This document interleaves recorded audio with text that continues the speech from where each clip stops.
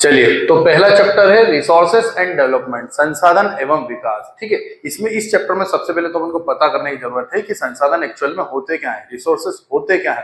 तो इसकी हमने एक छोटी सी डेफिनेशन के माध्यम से आपको समझाने की कोशिश की है कि पर्यावरण में उपस्थित वो सारी चीजें जो हमारी आवश्यकताओं की पूर्ति करती हो तथा जिन्हें बनाने के लिए अलग अलग प्रकार की प्रौद्योगिकी अपने पास उपलब्ध हो, मतलब टेक्नोलॉजीज हो अपने पास में। ठीक है, तो एक्चुअल में अगर इसके एग्जांपल्स देखे जाए तो क्या हो सकते हैं, जैसे कि पेड़ों से अपन को फर्नीचर प्राप्त होता है। ठीक है, जल देखा जाए, वाटर देखा जाए तो उससे अलग अलग वो वाटर अलग अलग अपनी बेसिक नीड्स को पूरा करता है, बहुत सारी चीजों में उपयोग होता है, सिंचाई में उपयोग होता है, इरिगेशन में उपयोग होता है, ड्रिंकिंग में मतलब पानी पीने में अपना उपयोग होता है, कपड़े धोने में, हर चीज में दैनिक दिनचर्या में अपनी पानी बहुत ही रूप से उपयोग होता है। ठीक है, तीसरा अपन देख लेंगे, यहाँ पर सॉइल देख लेंगे। ठीक है, तो सॉइल के माध्यम से अपन सारी चीजें फसलें उगाते हैं उसके अंदर। ठीक है, मतलब कि सारी फसलें किसके अंदर उगती है, सॉइल के अंदर ही उगती है। जैसे आज के जमाने में बहुत सारी टेक्नोलॉजी से पानी पे भी फसल उग रही है, वो बात अलग है। ठीक है, तो आपको ये समझ में आ गया कि रिसोर्सेज एक्चुअल में होते क्या है। तो पर्यावरण में उपस्थित बहुत सारी चीजें जो हमारी आवश्यकता की पूर्ति करे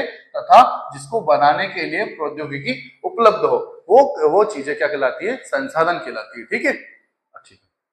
अब सेकंड पॉइंट अपन क्या पढ़ने वाले हैं, मृदा अपरदन, सोइल इरोजन। ठीक है, सोइल इरोजन होती क्या है, तो एक्चुअली इसकी छोटी सी डेफिनेशन हमने लिखी, शॉर्टकट के माध्यम से हम आपको समझाने वाले हैं कि cutting and flowing process of soil. ठीक है, ऐसी प्रोसेस जिसमें सोइल का कटाव होता हो और बहाव होता हो, उसको अपन सोइल इरोजन या मृदा अपरदन कहते हैं। ठीक है, अब ये किन कारणों से होता है, तो उसके कुछ कारण अपन ने लिख रखे हैं। ठीक है, तो जैसे पहला देखते हैं डिफोरेस्टेशन, मतलब वनों की कटाई। ठीक है, जैसे पेड़ों की कटाई अपन करते हैं तो मिट्टी की, जैसे कि पेड़ उखाड़ते हैं, कहीं कटाई करते हैं, तो मिट्टी का भी अपरदन होता है उसके माध्यम से, जो टॉप लेयर रहती है मिट्टी की, वो कहीं ना कहीं दिक्कत में आ जाती है। ठीक है, दूसरा ये है कि ओवर ग्रेजिंग, अगर अपन पशुओं को चराने जाते हैं तो पशु क्या करते हैं, चरते चरते उसको उखाड़ भी देते हैं। बहुत बार जो फसल रहती है, जो भी चारा वगैरह अपन उगवाते हैं उनके लिए चरवाते हैं, तो मुंह से उखाड़ भी देते हैं, तो उससे में मिट्टी का अपरदन होता है। तीसरा अपन देखेंगे झूम कल्टीवेशन। ठीक है, यहाँ पर झूम कृषि, तो झूम कृषि से भी बहुत दिक्कत आती है यहाँ पर। ठीक है, यहाँ पर मृदा अपरदन होती है। चौथा है विंड इरोजन, इसको आपको समझने की जरूरत है। विंड इरोजन क्या होता है, जब बहुत तेज हवाएं चलती है तो अपने साथ में मिट्टी को उड़ाकर एक जगह से दूसरी जगह तक ले जाती है। ठीक है, ये भी कहीं ना कहीं अपना सॉइल इरोजन ही होता है एक प्रकार से। ठीक है, तो विंड इरोजन आप समझ गए। पवन अपरदन क्या होता है कि जब बहुत तेज हवाएं चलती है तो अपने साथ में, कभी ऐसा भी होता है कि एक स्लोप है, मतलब पहाड़ी क्षेत्र, वहां से तेज हवा चल रही है तो वहां से मिट्टी को उठाकर वो दूसरी जगह तक ले जाती है। ठीक है, तो वहां से तो मिट्टी की हानि हो जाती है, वहां से तो मिट्टियां गायब हो जाती है। ठीक है, अब लास्ट इसका है हैवी रेन, जब बहुत ज्यादा बरसात हो जाती है, तेज बारिश हो जाती है, तो अपने साथ में जब पानी, जब जैसे कि अपन ने देखा है कि बहुत बार बाढ़ जैसी अवस्था आ जाती है, या बाढ़ नहीं भी आए तो पानी इतनी तेज आ गया है कि वो बह रहा है अपने घर के बाहर से बह रहा, बहुत बार घरों में पानी घुस जाता है, तो ये जो पानी है मिट्टी को एक स्थान से दूसरे स्थान तक ले जाता है। ठीक है, इसी के कारण क्या होता है, सोइल इरोजन हो जाता है। तो ये 4-5 मुख्य कारण थे जो हमने आपको बताया कि इसके कारण सोइल इरोजन होता है। ठीक है, अब यहाँ पर इसको बचाने के उपाय भी अपन देखेंगे। अगर सोइल इरोजन होता है तो उसको बचाना भी पड़ेगा, तो बचा किस प्रकार से सकते हैं अपन, तो उसके उपाय यहाँ पर प्रिवेंटिव मेजर्स अपन ने लिख रखे हैं। ठीक है, तो पहला ये उर्वरता बढ़ाने के लिए वैज्ञानिक तरीके अपनाना। ठीक है, तो use of scientific techniques to improve fertility, तो बहुत सारी प्रकार की साइंटिफिक टेक्निक्स आ चुकी है जिससे अपन सोइल की फर्टिलिटी को बढ़ा सकते हैं, उर्वरता को बढ़ा सकते हैं। सेकंड पॉइंट ये आ जाएगा कि वृक्ष लगाकर ट्री प्लांटेशन, अधिक से अधिक ट्री प्लांटेशन करके वृक्ष लगाकर हम मृदा अपरदन को बचा सकते हैं। तीसरा है नदियों पर बांध बनाकर, ठीक है, to construct dam on rivers. क्या होता है कि जब नदियों में बहाव बहुत तेज होता है, ये अपने साथ में मिट्टी को भी लेकर चले जाती है। आपने देखा होगा ऐसी एक नदी है चंबल, ये चंबल के कारण भिंड और मुरैना में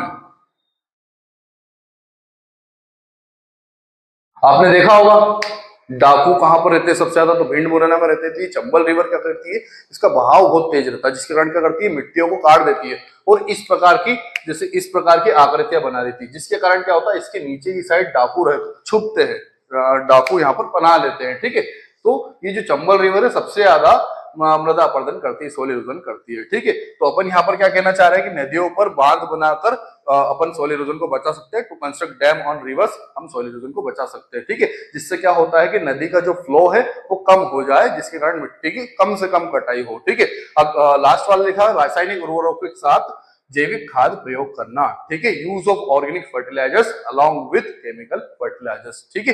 तो ये अपने पास 4-5 तरीके भी है बचाव के, और ये जो 4-5 हमने आपको मेन रीजन मुख्य कारण बता दिए मृदा अपरदन के, मोस्ट टाइम के क्वेश्चन से आपको कल के पेपर में देखने को मिल सकता है, ठीक है। अब नेक्स्ट टॉपिक बनाते हैं सतत पोषणीय विकास, ठीक है, सस्टेनेबल डेवलपमेंट। तो ये क्या है, ये नई चीज क्या है, तो इसकी भी डेफिनेशन अपन ने लिख रखी, थोड़ा सा आप देखेंगे इसको।